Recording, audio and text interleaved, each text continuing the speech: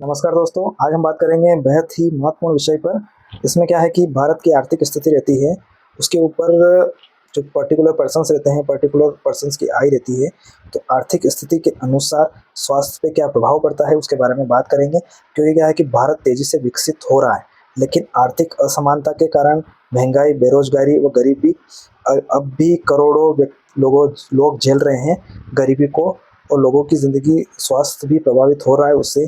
तो उसकी वजह से भी बहुत सारी चीज़ें प्रभावित होती है।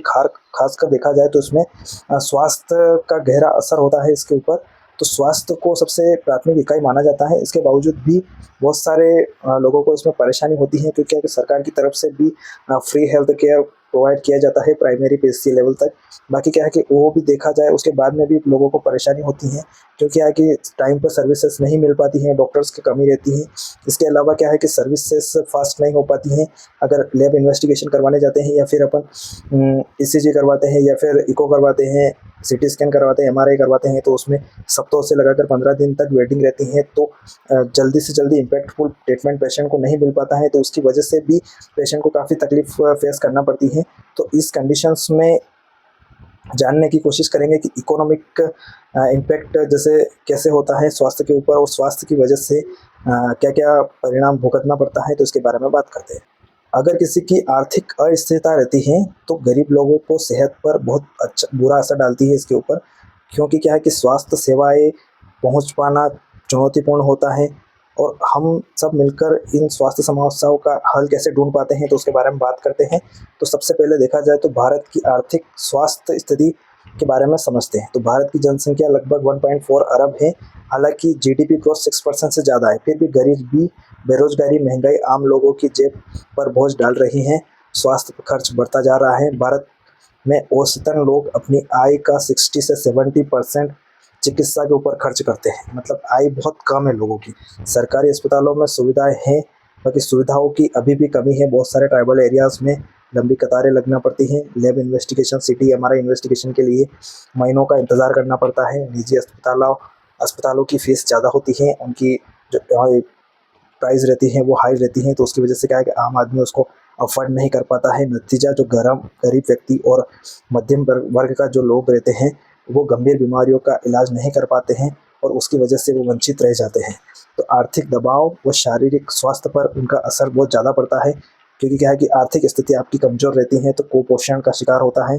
कमज़ोर प्रतिरोधक क्षमता आपकी रहती है, आप पर्याप्त मात्रा में भोजन नहीं करते हो, या फिर जो पोषण की रिक्वायरमेंट है वो कंप्लीट नहीं कर पाते हो। गरीब परिवार में जो जन्म लेते हैं, बच्चे हो गए, बड़े हो गए, या फिर प्रेग्नेंट लेडीज़ हो गई, तो उनको क्या है कि पर्याप्त पोषण नहीं मिल पाता है। बच्चों में स्टैंडिंग कम लंबाई होना, या फिर वेस्टिंग कम वजन होने की समस्या बहुत सारी देखी गई हैं। राष्ट्रीय परिवार स्वास्थ्य सर्वेक्षण के अनुसार 5 साल से कम उम्र के में हर 3 से 1 बच्चा कुपोषण होता है। मतलब कुपोषण बहुत ज़्यादा फैला हुआ है। मेल न्यूट्रिशन की वजह से भी बहुत सारी प्रॉब्लम्स आती हैं। पुरानी बीमारियों में भी बढ़ोतरी हो रही है। महंगाई और बेरोजगारी से तनाव बढ़ता है, क्योंकि मानसिक स्थिति स्टेबिलिटी तभी बनी रहती है जब आपके ऊपर फाइनेंशियल स्ट्रेस नहीं है, बेरोजगारी नहीं है, आपका जीवन अच्छे से यापन होता है, तो आपको प्रॉब्लम नहीं होती है। तो इसकी वजह से क्या है कि मानसिक स्थिति में बदलाव आना स्टार्ट हो जाता है, जैसे तनाव होना, डिप्रेशन होना, अनियमित जीवन शैली की वजह से ब्लड प्रेशर बढ़ जाता है, डायबिटीज़ हो जाती है, हार्ट डिसीज जैसी समस्याएं भी तेज़ी से बढ़ती हैं। और देखा जाए तो महिलाओं में या फिर प्रेग्नेंट लेडीज़ रहती है, मातृत्व स्वास्थ्य पर भी इसका असर पड़ता है। गरीब परिवारों में देखा जाए तो महिलाओं का पोषण पूरा नहीं हो पाता है, उसकी वजह से बहुत ज़्यादा कमजोरी महसूस होती है उनके द्वारा। जैसे प्रेगनेंसी के द्वारा एनीमिया होता है, समय से पहले डिलीवरी हो जाती है, और शिशु का पूरी तरह से विकास नहीं हो पाता है, उसकी वजह से शिशु मृत्यु दर अधिक होती है। बुजुर्गों की स्वास्थ्य समस्या के बारे में बात करें तो पेंशन व सामाजिक सुरक्षा की कमी है भारत के अंदर। उच्च चिकित्सा खर्च के कारण बुजुर्ग इलाज अधूरा छोड़ देते हैं। आर्थिक स्थिति व मानसिक स्वास्थ्य के बारे में बात करें तो इसमें क्या है कि तनाव और डिप्रेशन, बेरोजगारी, कर्ज, महंगाई से मानसिक दबाव बढ़ता है। आत्महत्या के मामले बढ़ते हैं, क्योंकि एनसीआरबी के अनुसार हर दिन औसतन 35 से ज़्यादा लोग आत्महत्या करते हैं। आर्थिक तंगी आत्महत्या का प्रमुख कारणों में से एक है। युवाओं पर इसका असर पड़ता है तो करियर की असुरक्षा, उनको बिल्कुल पता नहीं है कि जो कोर्स वो एनरोल कर रहे हैं, या फिर जो स्टडी वो कर रहे हैं, उससे उनको जॉब मिलेगी या नहीं मिलेगी। महंगी शिक्षा है, नौकरी का अभाव है, उसके कारण भी बहुत सारी परेशानी होती है। सोशल मीडिया की तुलना मानसिक तनाव को और ज़्यादा बढ़ा देती है, क्योंकि तुलनात्मक प्रक्रिया के कारण मानसिक स्वास्थ्य पर ज़्यादा इफेक्ट पड़ता है। स्वास्थ्य सेवाओं का सीमित पहुँच पाना, उसकी वजह से भी दिक्कत होती है। जो सरकारी अस्पताल होते हैं, वहाँ पे पर्याप्त डॉक्टर्स नहीं होते हैं, कभी-कभी डॉक्टर्स होते हैं तो दवाएँ नहीं होती है, इंफ्रास्ट्रक्चर की कमी होती है। जैसे ग्रामीण क्षेत्रों में देखा जाए तो स्वास्थ्य सुविधाएँ बहुत कमज़ोर रहती हैं। निजी स्वास्थ्य सेवाओं की ऊँचाई, क्योंकि प्राइसेज़ बहुत ज़्यादा रहती हैं, महँगी दवाएँ होती हैं, तो गरीब इसका इलाज नहीं कर पाता है और वो वंचित रहता है।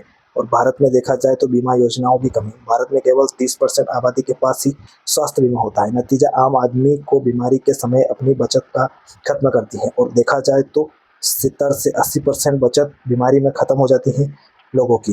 तो इसमें क्या है कि संभावित समाधान के बारे में बात करते हैं कि क्या-क्या इसमें समाधान हो सकते हैं। स्वास्थ्य पर सरकारी निवेश का बढ़ाना, क्योंकि भारत में अभी स्वास्थ्य पर जीडीपी 2% खर्च होता है। अगर ये 5 से 6% खर्च होने लग जाए तो हमारी स्वास्थ्य सेवाएँ और बेहतर हो सकती हैं। सस्ती व सुलभ स्वास्थ्य सेवाएँ, जैसे पीएचसी केंद्रों को मजबूत बनाएँ, वहाँ पे एडवांस फैसिलिटीज़ लाएँ, सरकारी अस्पतालों में मुफ्त दवा और जाँच की सुविधाएँ उपलब्ध कराएँ, ताकि गरीबों को इसमें फ़ायदा मिल पाए। स्वास्थ्य बीमा का भी विस्तार करना चाहिए, जैसे आयुष्मान भारत योजना अभी भारत में चल रही है, तो योजनाओं को अधिक प्रभावशाली बनाना ज़रूरी है। उसके बाद में पोषण के प्रति जागरूकता फैलाना ज़रूरी है। जागरूकता की, जैसे गरीब परिवारों को पोषण सपोर्ट देना ज़रूरी है। लोगों को मानसिक स्वास्थ्य के लिए जीवन शैली की आदतों के प्रति शिक्षित करना ज़रूरी है।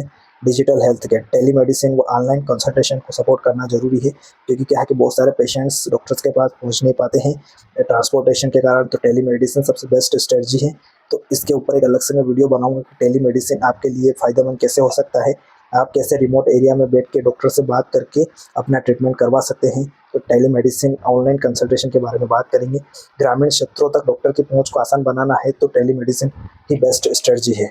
तो इसमें निष्कर्ष ये निकलता है कि भारत की आर्थिक स्थिति का सीधा असर लोगों के स्वास्थ्य पर पड़ता है। जब जेब खाली होती है तो दवा, इलाज, पोषण और मानसिक शांति को प्रभावित करती है। अगर हमें स्वस्थ भारत बनाना है तो हमें आर्थिक समानता को कम करना पड़ेगा, स्वास्थ्य सेवा को सस्ता सुलभ बनाना पड़ेगा, हर नागरिक को स्वस्थ जीवन जीने का अधिकार देना होगा। स्वास्थ्य सिर्फ बीमारी का इलाज नहीं है, यह आर्थिक विकास की नींव है। तो हम सब मिलकर ऐसा भारत बनाएं जहां आर्थिक सुरक्षा हो, स्वास्थ्य सुरक्षा दोनों सबके लिए उपलब्ध हो। तो इसमें क्या है कि ये चीज़ें बहुत ज़्यादा मायने रखती हैं। इकोनॉमिक इम्पैक्ट, जैसे आपका इकोनॉमी स्टेटस क्या है, उसके आधार पर आप अपने हेल्थ के ऊपर खर्च कर सकते हैं। बाकी क्या है कि देखा जाए तो अभी भी middle class, lower middle class, या फिर देखा जाए तो 70 से 80% जो सेविंग्स रहती हैं, वो किसी को अगर कोई बीमारी हो जाती है तो उसमें आसानी से खर्च हो जाती है।